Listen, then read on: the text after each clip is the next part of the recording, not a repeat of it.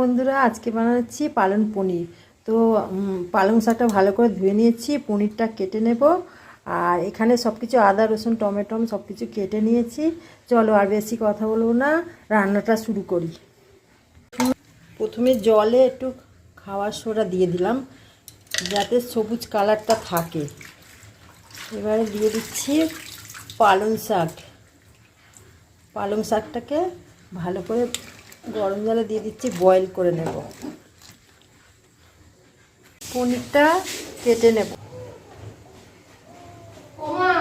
হ্যাঁ দেখ, পালং শাকটা ভালো করে বয়েল করে নিয়েছি, নামিয়ে দেব। কড়া গরম হয়ে গেছে, সাদা তেল দিয়ে দিলাম,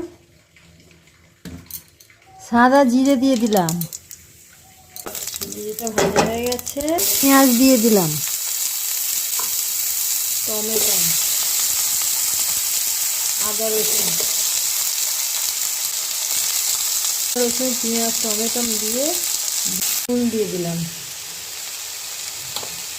কিছু ভালো করে ভাজা হয়ে গেছে, এবার নামিয়ে নেব।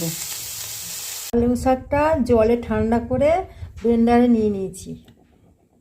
মশলাটা নিয়ে নিয়েছি, কাঁচা লঙ্কা দিয়ে দিলাম, ধনেপাতা দিয়ে দিলাম, কাজু বাদাম কিছু দিয়ে দিয়েছি, দিয়ে এবার পেস্ট করে নেব।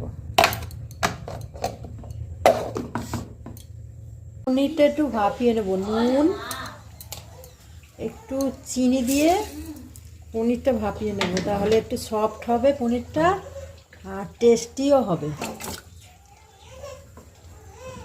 পনিরটা বয়েল হয়ে গেছে, নামিয়ে নিচ্ছি। তাতে দিয়ে দিলাম বাটার,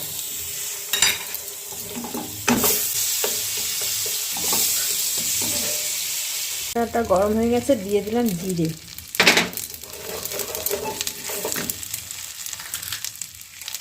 দিয়ে দিলাম তেজপাতা, গোটা গরম মশলা আর একটা শুকনো দিয়ে দিচ্ছি। এবার পেস্টটা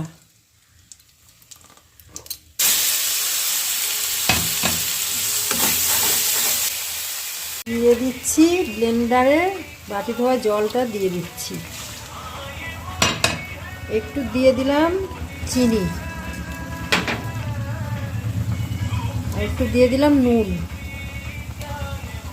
স্বাদ মতো নুন দিয়ে দিলাম, দিয়ে ভালো করে কষাবো।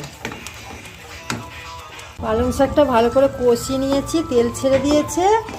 এবার দিয়ে দেবো পনির বয়েল করা, নুন চিনি দিয়ে বয়েল করেছিলাম।